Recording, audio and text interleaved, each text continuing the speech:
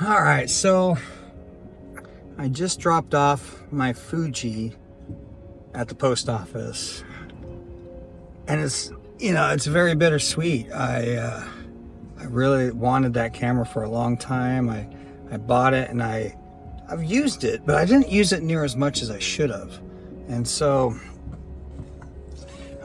you know, my wife and I recently moved to Florida, and, you know, I'm still working on my business, getting that built, and a lot of my equipment isn't being used, so it'd be better off in somebody else's hands. And you know, there's new ones coming out all the time. So the Fuji X100F is what I sold, and I technically sold it for more money than what I paid for it a couple of years ago. I've had it for a couple of years. But after all the eBay fees, I'm making less money than what I have into it. Having said that, I got a really good deal on it when I first purchased it, and they're still selling for a lot more than what I even sold it for. So somebody else is getting a good deal. I threw in some extras. They got several batteries, I think 3 or 4 batteries, a really nice expensive strap, a thumb rest slash guard for the hot shoe. What else did they get? Threw in a 128 gig card, which should be more than enough for anything that they're gonna shoot, unless they were using this as a video camera. But I mean, our phones nowadays are so much better.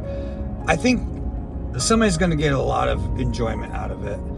Having said that, I'm not getting enjoyment out of selling it. The money, I'll never see. It'll go into my bank account and just go to pay the truck payment or something. But I will take solace in the fact that somebody's going to get to go out and use this camera the way I intended to use it. I did use it quite a bit. I went out, especially when I've done several road trips, and I've taken it as kind of my just like carry around camera. Great for that. Great for street photography, which is what I bought it for originally.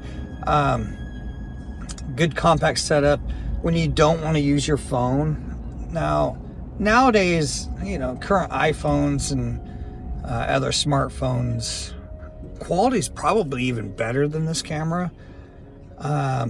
But they don't feel like a camera. You know, the whole reason why I purchased this is the tactile feel on camera.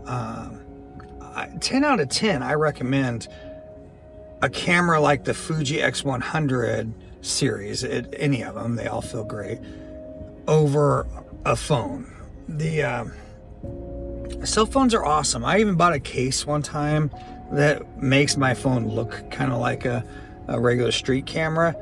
It just didn't function like one, and it then made my phone kind of bulky and weird. And so for what you use your phone for most of the time, it just wasn't convenient, just so you could look like a photographer. So I loved the X100 for that. You know, the ability to go out, still have your phone in your pocket. If you want to record some B-roll with your phone or whatever as you're shooting, that's awesome. If you want to take some pictures with a zoom and everything like that, yeah, your phone is great if you don't want to buy a full camera system. The X100 was great because it limited the way you shot. I mean, you were limited to one focal length, which was basically equivalent to the 35 millimeter on a full frame. It's technically a 28 millimeter, 24 millimeter, somewhere in there, but the equivalent is about 35, 33 millimeters, somewhere in there. I think for street photography, that's probably one of the most perfect focal lengths. If you don't mind being kind of close to the action and whatnot. If you are wanting to be further back, I would recommend not a fixed lens camera. I'd recommend, you know, either Fuji XT series or one of those where you could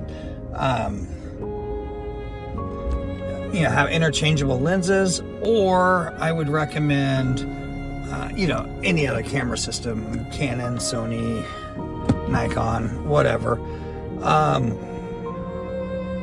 It's still it's silly that I'm this emotional over a camera.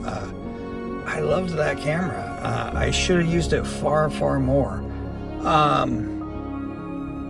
It wasn't practical for my everyday shooting though. As much as I love street photography and candid stuff and kind of behind the scenes stuff like that, for professional shooting or wildlife or even landscapes, any of that, it wasn't the optimal camera. So, am I sorry I sold it? Yes. Am I glad I sold it? Yes. Will I get another one of those series? Maybe. The new one, which is sold out everywhere, you can't even get it. The new one's closer to at least the megapixels of my everyday camera, which is the Canon EOS R5. So that factor in a small body form is really nice. The price isn't very nice on it. For that price, I could get really good full frame cameras that are interchangeable and stuff.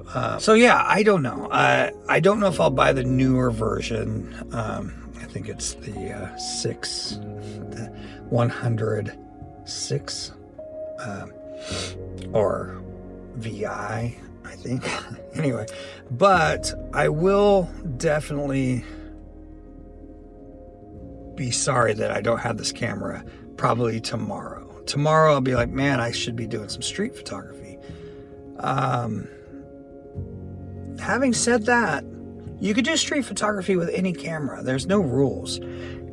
The look of that camera definitely looks more like you're ready for street photography or travel photography. You know, you're on vacation and you're getting some snapshots. It doesn't look like you're carrying around a professional setup. People aren't very intimidated by it. If that's the case and you still want it, use your phone for now. So I'll give myself this advice. You know, use your phone. Try and utilize the money you spent on that, because I mean, I spent far more on my iPhone than I did on these cameras. The quality, the look, the film simulations that are built in. Yes, I could get that same look with using a LUT or a you know, filter set from somebody. And there's a lot of good ones out there. A lot of people know that even though I'm not a super huge fan of Jared Polin, like I watch the stuff and I've purchased every one of his filters or presets, I should say. And I've purchased ones from other people. I will say his are top notch. I think that he definitely nailed it with those.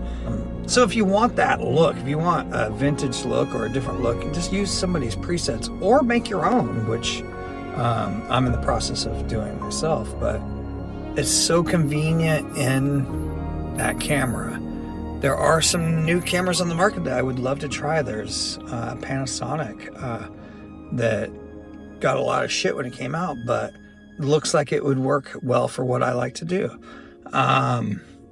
There's a Leica that is in the price range that I would think I'd really like it. And there's a lot of vintage cameras that I would like to get just to play with. And when I say vintage, I mean, they're not old film cameras, although I have a couple of those.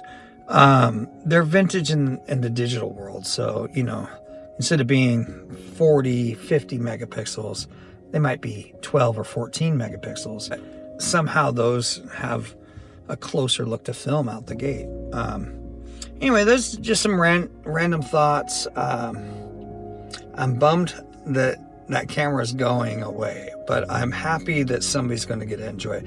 I guess it's a birthday present for somebody, and they're going to probably get a lot of enjoyment out of it, but hopefully it doesn't sit on a shelf somewhere and just collect dust, because I would have kept it. You know, I'm really selling it just to make sure it gets used and isn't so outdated that there's no want for it. Right now there's a big desire for those cameras, so somebody might want to, you know, go out and shoot. Hopefully it works really well for them.